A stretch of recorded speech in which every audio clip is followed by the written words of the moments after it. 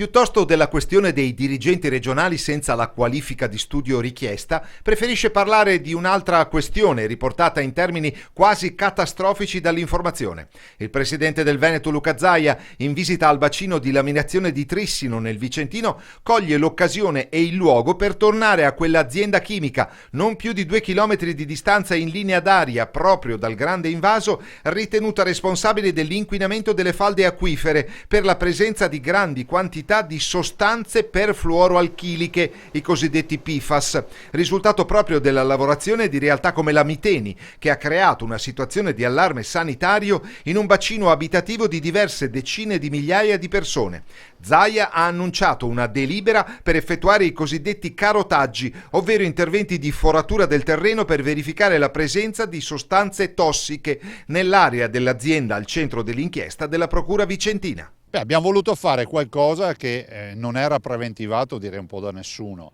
ovvero chiedere ad ARPA che avvii una campagna di monitoraggio del sottosuolo nell'area dei 67.000 metri quadri, sono quasi 7 ettari di superficie dell'area Miteni, dove si andrà, io spero anche velocemente, a fare un monitoraggio con un reticolo di ogni 100 metri quadri, un